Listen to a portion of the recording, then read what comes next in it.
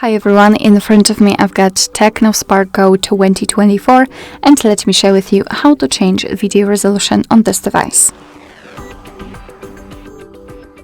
So let's start with opening the camera app, and currently we are in the standard photo mode.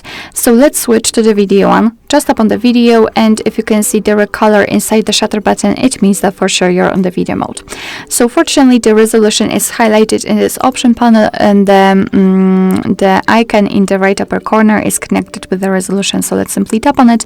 Now we've set the 720p option with, I believe, 30 frames per second. Yes, 30 frames per second. Let's tap on it again, and we've got 1080p option and again 720p, which means that we've got only two options for the video resolution. So of course just set it like you want to. If you can see a specific resolution right here, it means that it has been immediately applied and your device will right now use it whilst recording a video.